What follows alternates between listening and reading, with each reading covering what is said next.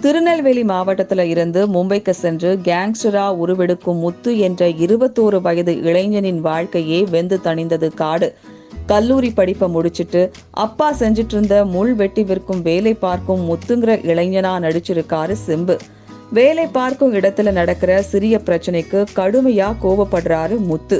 இத பார்த்த அம்மா ராதிகாவுக்கு மகன் முத்து எதிர்காலத்துல கொலைக்காரரா மாறுவார்னு ஜோதிடர் சொன்னது ஞாபகத்துக்கு வருது. இதனால தனக்கு தெரிஞ்சவர் மூலமா முத்துவ மும்பைக்கு அனுப்ப முயற்சி செய்யறாரு ராதிகா. ஆனா அன்னைக்கு ராத்திரி நடக்கிற ஒரு சம்பவத்தால முத்து கைக்கு துப்பாக்கி ஒண்ணு கிடைக்குது. அந்த துப்பாக்கிய எப்போது பயன்படுத்த போகிறார் என்பதை நோக்கி படத்தின் முதல் பாதி போகுது. இந்த கதையில அடுத்தது என்ன நடக்க போகுதுன்னு ரொம்ப ஈஸியா யூகிக்க முடியுது.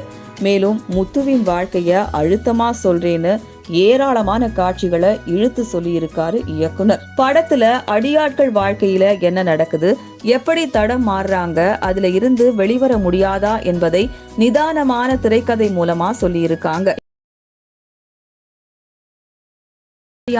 நாயகன், பாஷா, சத்யா போன்ற படங்களை நினைவுபடுத்துது.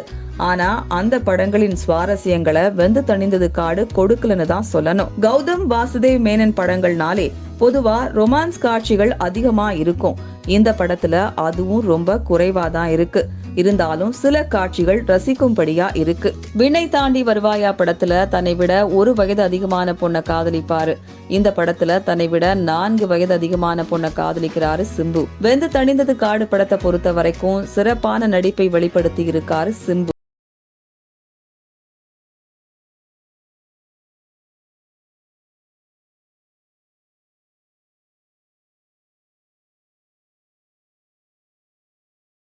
சித்தி இதானி முதல் படம் மாதிரி தெரியல. சின்ன சின்ன அசைவுகளால காட்சிக்கு வலு சேர்த்து அசத்துறாரு. மேலும் கர்ஜி, குட்டி கதாபாத்திரங்களும் மனசுல நிக்குது.